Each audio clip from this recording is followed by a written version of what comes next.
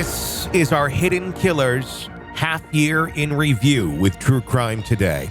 A look back at some of the most compelling conversations about the biggest cases we're following for you right here over the last 6 months and first half of 2024. Here's another one of those conversations.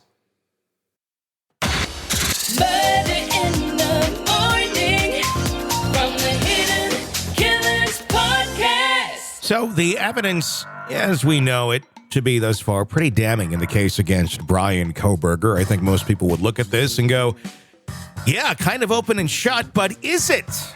Is it? The job of Ann Taylor is to poke holes in this. That's the attorney for Bryan Kohberger. And, you know, she does a pretty good job at doing just that.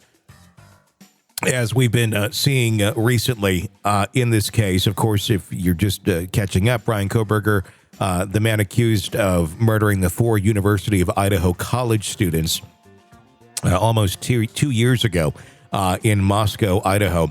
The defense bringing to light in pretrial hearings challenges related to cell phone data collection and record keeping.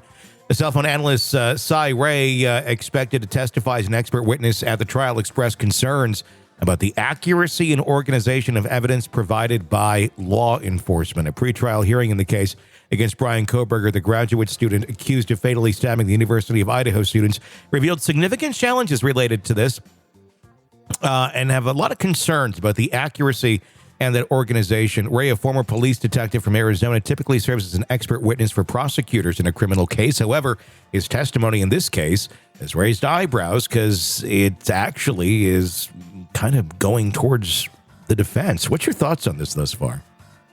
I think it's a catastrophe. I think there's so much wrong with this case that by the time it gets into a courtroom, there's not going to be a case left, is what it feels like. Does it feel that way to you? Well, I mean, that's the reality of so many things, and people don't realize it, that a lot of the trial itself happens before the trial. It happens in pretrial hearings. These are the things where everything gets parsed out, and it's like the dress rehearsals. Okay, let's go through this scene here, basically, and let's parse out what's going to make it to the actual trial to go in front of the jury. And that's exactly what's happening. And I got to say, I've watched some of this. I've taken a look at some of the testimony that's come out, and you know, Ann Taylor's doing a good job. The things that she's pointing out will certainly look questionable to a jury, but in reality, are they all that questionable? Guess that's up for them to decide. You know, and my concern is this is such an important case. How are there mistakes already being made in it? Here's the thing. At the beginning of this case, everyone was going, including myself, were going nuts at Moscow PD because it seemed like it was fucking Keystone police here, Keystone cops going at this. And it turned out they actually really had their shit together at the end. We all ate crow and we're like, oh, shit, they actually did have quite a lot of leads. They just kept their mouth shut and not a lot leaked out. So good on them. We on the outside that were analyzing this and Monday morning quarterbacking it had it wrong. But we are still talking about a very small police force. We're talking about a police force that does not have a lot of experience in death investigations or homicide investigations. It was like the first one in many, many, many years when this took place. So as far as their protocols and data collection regarding cell phone records and things like that, I'm not a technical person, so it's hard for me to criticize because this could just be a lot of BS coming out of the defense of Bryan Kohberger. Or, you know, it's not incredibly crazy to think that, you know, maybe they're not just the greatest at that because they're not really equipped or used to doing that sort of investigative type work.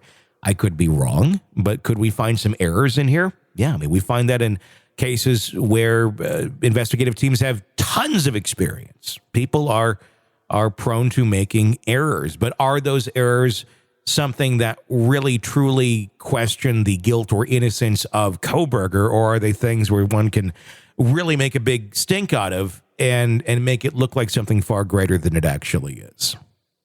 Do you remember where we are on the sheath, the knife sheath? Yeah, I mean, his DNA is on the knife sheath. Well, to me, that's a huge freaking problem. It was left at the scene. Yes. What was it doing there? I mean, yes, they said there were parties there and things like that. So there was a lot of DNA there. But as we know from a lot of the experts who've been on with us, DNA is really very specific.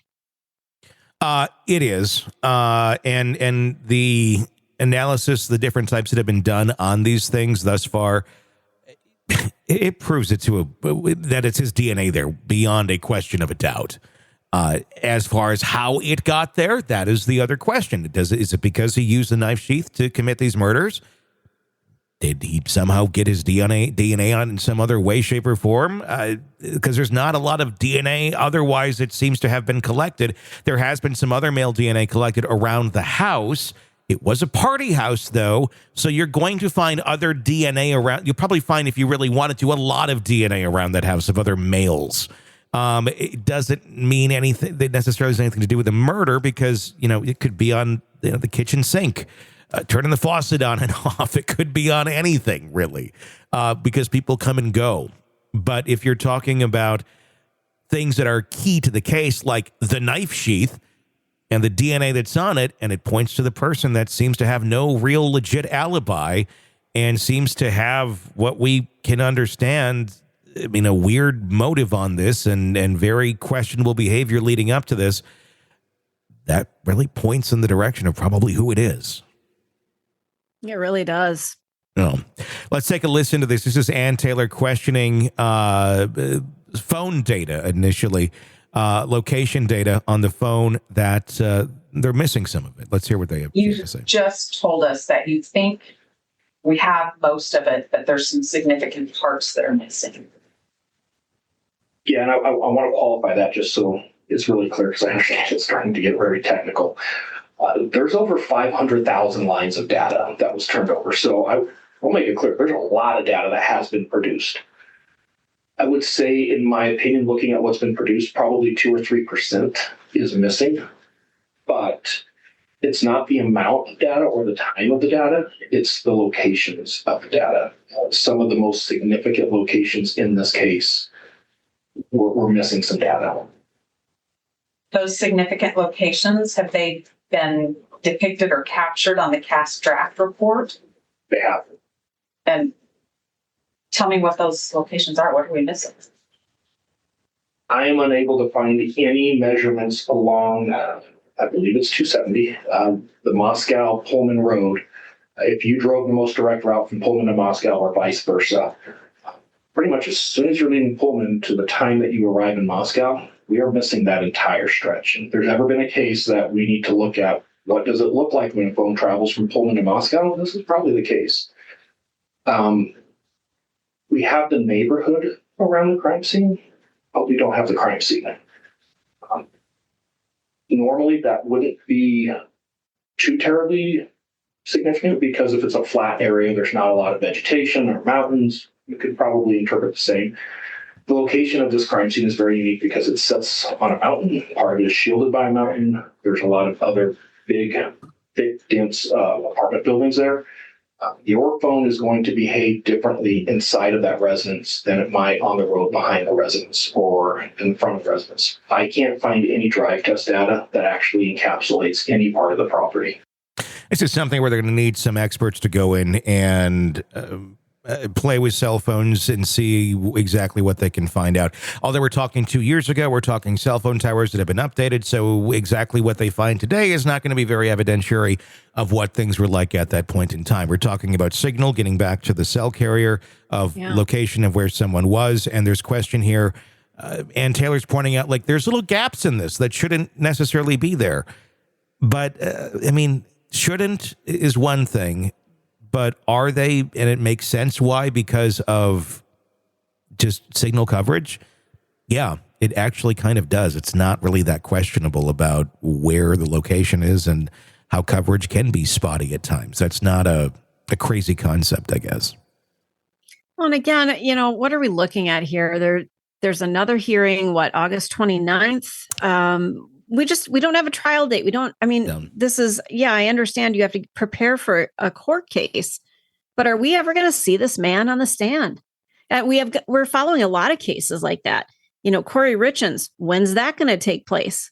No, they're all going to take place, but they have to go through all of these steps to determine, how this trial is going to go. And at some point, I mean, it's not unheard of where if they parse a lot of the stuff out in pretrial hearings, that this ends up being a plea bargain. Ann Taylor at some point may have to go to Bryan Kohberger and say, look, we have all this. They have all this against us. The odds of you making this work and getting acquitted are pretty low versus some sort of a plea deal. And your life is on the line here. We can probably at least spare your life. But she may feel at the end of the day, after all of these hearings have taken place, that there is a strong enough case. Right now, I believe she thinks there is to take this to trial.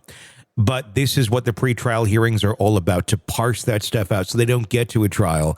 And then it's just completely a blowout. And it clearly shows that someone is guilty and someone is not. They're trying to determine if there's any question to any of this, if they're going to put Kohberger through an actual trial and the families through a trial and all of that. But it doesn't move fast, without a doubt. It does not move fast. Here's more from Ann Taylor. This is where she's questioning, again, more the evidence, video evidence that she claims she does not have, that is in the hands of the prosecution, or at the very least in the hands of the authorities. Let's take a listen. I want to talk a little bit more about the video and what's been turned over and what hasn't been turned over to us. And I want to focus a little bit on South US 95.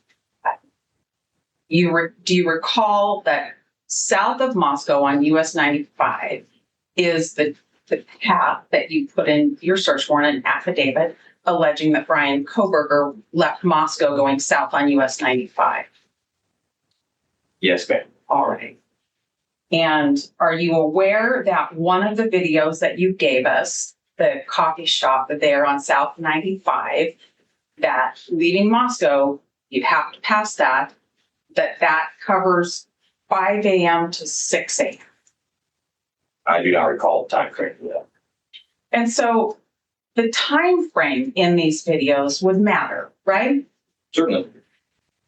The time frame in the videos, to be meaningful, would need to cover a time that surrounds the allegations against Mr. Kohberger. Is that fair to say? You could say that, yes. Okay.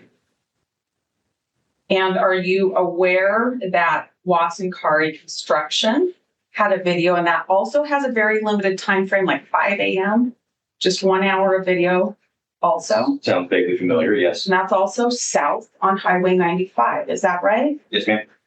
And the one we talked about today, Monday's machine that nobody could find, that clearly was given to Moscow Police Department, that's also south on 95. Yes, ma'am. Okay. I understand that you had a lot of help on canvassing and collecting things. There was a lot to do.